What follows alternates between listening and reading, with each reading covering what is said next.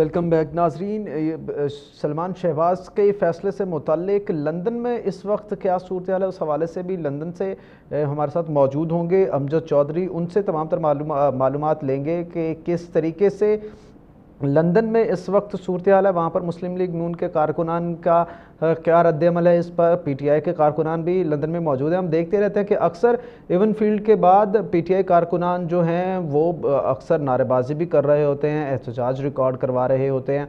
ये बहुत मुश्किल सूरत हाल का अक्सर सामना करना पड़ जाता है। वहाँ पर मौजूद मियाँ नवाज शरीफ साहब हों या इसहाक डार हों या शरीफ फैमिली के दीगर जो मेंबरान हैं, उनके लिए भी मुश्किल सूरत हाल होती है। अब जब ये डिसीजन आ गया है बरतानिया की अदालत से, मजिस्ट्रेट का ये 2 सफ़े पर मुश्तमिल ये जो डिसीजन है, इस पर अब क्या सूरत हाल वहाँ पर लंदन में डेवलप हो रही है, सूरत हाल का जायज़ा लेंगे। हमारे साथ मौजूद हैं अमजद चौधरी साहब। Welcome to the show Amjad Chaudhary साहब, बहुत शुक्रिया आपका कीमती वक्त के लिए।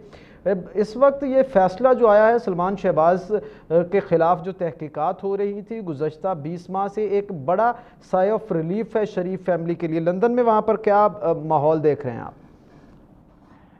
जी, ओबियसली यहाँ पर जो लंदन में तो इतना ज्यादा इस चीज का ववेला नहीं हो रहा, लेकिन ओबियसली पाकिस्तान की पॉलिटिक्स में ये चीज जो है ये बड़ी इन है और इस वक्त बहुत ज्यादा उसके ऊपर TNM जो है वो खुशियां भी मना रही है।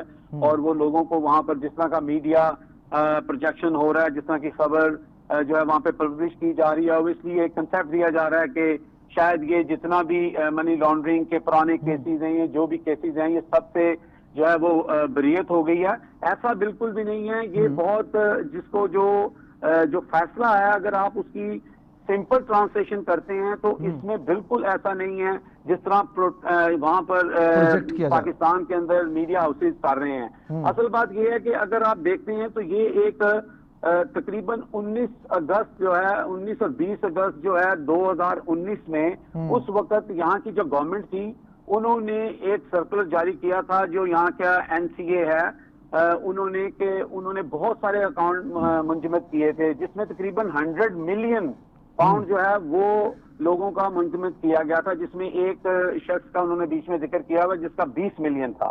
इसी तरह सलमान साहब के अकाउंट थे या शहबाज शरीफ साहब के अकाउंट थे, उनको भी उसी पैराए में मुंजमद किया गया कि ये कोई स्पेशल केस इनके अगेंस्ट नहीं हुआ था। यहाँ पर ओबियसली जैसे पाकिस्तान के अंदर कोई एक किसी क्राइम को या किसी बेज़ाब्तगी को कंट्रोल करने के लिए एक नए कानून के साथ आप एक ऑपरेशन करते हैं, ये उस तरह का ऑपरेशन था। इसमें फर्क यह है कि यहाँ पे अदालत में जाके आपको उसका इजाजत देनी पड़ती है। तो बेसिकली ये एक जो कहना कि पाकिस्तानी गवर्नमेंट ने कराया था या शहजाद अकबर साहब का नाम आ रहा है, ये हकीकत नहीं है। हाँ, अलबत्ता ये जरूर है कि गवर्नमेंट की तरफ से जो डॉक्यूमेंट्स उनको दिए गए, बाद में ओबियसली उन्होंने UAE में भी राब्ता किया, उन्होंने पाकिस्तान में भी राब्ता किया, उन्होंने पूछा ये कैसे लोग हैं। और एक और चीज सामने आ रही है कि एक प्रॉपर्टी यहाँ पे बाय की गई थी जो गालबन शहबाज शरीफ साहब की तरफ से थी, जिसकी इजाजत दी गई, एक फर्म है उसको कि आप जो भी आपसे NCA पूछता है आप उनको वो इंफॉर्मेशन पास करें। तो वो भी बात यहाँ पे र्यूमर हो रही है। और वो शहबाज शरीफ के दोस्त हैं, उनका कहा जा रहा है वो कॉमन दोस्त हैं इमरान खान साहब के भी और शहबाज शरीफ साहब के भी। अच्छा जी अमजद चौधरी साहब, दूसरी जानिब ये जो केस बना था, ये यानी इससे हुकूमत का मौक़िफ़ सच साबित होता है कि ये पाकिस्तान की हुकूमत की दरख्वास्त पर केस नहीं बना गया था। एक जनरल उनका अपना एक एवेलुएशन प्रोसेस था जिसमें ये अकाउंट्स निकलकर सामने आए थे, जिसमें कुछ मशकूक ट्रांजैक्शंस हुई थी। अच्छा, इस हद तक ये जो मशकूक ट्रांजैक्शंस थी ये पाकिस्तान के हवाले से थी या कहीं और ये ट्रांजैक्शन थी? और मनी लॉन्ड्रिंग का जो पाकिस्तान में शहबाज शरीफ के खिलाफ केसेस चल रहे हैं, क्या इसका उस पर कोई इफेक्ट हो सकता है या ये बिल्कुल एक सेपरेट केस था? सर, इसका बिल्कुल कोई दूर दूर तक कोई तल्लक जो है वो पाकिस्तान के केसेस के साथ नहीं है। 25 अरब के वहां पे केसेस हैं, फलूदे वाला और पापड़ वाला, और इनके अकाउंट्स में पैसे आ रहे हैं। और उसका बिल्कुल यहाँ की जो गवर्नमेंट थी या यहाँ की जो NCA ये जो क्राइम एजेंसी थी, उन्होंने भी उसको बिल्कुल घास भी डाली पाकिस्तान के इश्यू को, क्योंकि वो उनका मैटर नहीं है। वो अपने घर को ठीक करना चाह रहे थे। और मैं आपको ये बड़े वसूख बात कर रहा हूँ कि पाकिस्तान का इसमें कोई लेना देना नहीं था, ये यहाँ की एक रूटीन प्रैक्टिस थी। और ये भी मैं आपको बता दूं, इस बिल्कुल कोई ऐसी चीज उन्होंने ऑब्जर्व पहले नहीं की कि ये मनी लॉन्ड्रिंग या इसमें गैर कानूनी पैसा होता है। ऐसा है कि जब किसी के अकाउंट में 4-5 लाख रुपया पड़ा होता है और वो शख्स यहाँ का रहने वाला भी नहीं है, यहाँ पे विजिट कर रहा है या किसी वजह से है, तो यहाँ की जो एजेंसीज होती हैं या बैंकिंग सिस्टम जो होता है वो अलर्ट हो जाता है कि ये पैसा कहाँ से आ रहा है, ये ड्रग मनी तो नहीं है, ये कहीं ये पैसे जो हैं ये किसी दहशतगर्द तंजीम की तरफ से इस्तेमाल तो नहीं हो रहे, क्योंकि ऑब्वियसली ये सारी चीजें वॉच डॉग होती हैं। तो ये बेसिकली उस पैराए में ये जो क्रैकडाउन उन्होंने किया था 2019 में, और आप देखें कि ये 2019 से ये केस चल रहा है, उसके बाद ये खामोशी भी रही।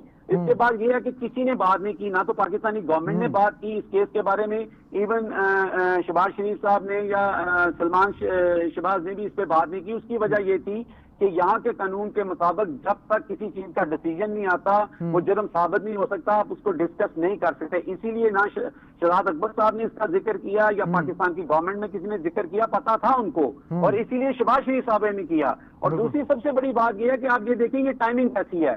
2000 यानी कि 10 तारीख को ये केस जो है उसका फैसला हो गया था, लेकिन उसको 26 तारीख को ऑन किया गया, उसी दिन जिस दिन जुबैर साहब का एक मुबैना वीडियो जो है वो सामने आता है। तो ये टाइमिंग भी मैटर करती है, जो हमारे पाकिस्तान में पॉलिटिकल माइलेज देने के लिए इस तरह के काम होते रहते हैं। बेहतर, बहुत शुक्रिया अमजद चौधरी साहब। बिल्कुल आखिर में आपसे एक चीज़ जानना चाहेंगे, ये जो रूमर की आप बात कर रहे थे कि ये अभी लंदन में रूमर्स चल रही हैं कि शायद पाकिस्तान के साथ कुछ इंफॉर्मेशन शेयरिंग का मैकेनिज्म बन रहा है, इस हवाले से क्या डिटेल्स हैं, कुछ हमारे साथ शेयर कर पाएँ अगर आप? देखिए, ये यहाँ की जो गवर्नमेंट है ना, सबसे पहली बात ये है कि ये अपने नेशनल इंटरेस्ट को फर्स्ट रखते हैं। अभी इनको सब पता है कि इन्होंने किसको कहाँ पे पालना है, इन्होंने क्या कुछ करना है। अल्ताफ हुसैन की मिसाल हमारे सामने है, और ये सिर्फ और सिर्फ जो है, ये सिर्फ और सिर्फ जिसे हमारे कहते हैं ना गोंगलों से मिट्टी झाड़ने वाली बात है। अगर वो पाकिस्तान के साथ कोई कांटेक्ट करेंगे भी तो वो वही कांटेक्ट करेंगे या ये वही लॉ बनाएंगे जिसमें उनका ज्यादा फायदा है। ये एक जो है, और ये हर मुल्क ऐसा करता है। तो ये चल रहा है, कहीं ना कहीं ये चीज होगी, ब्रेक थ्रू होगी, क्योंकि खान साहब जो हैं उनकी एक ओपिनियन जो है वेस्ट के अंदर अब मानी जा रही है।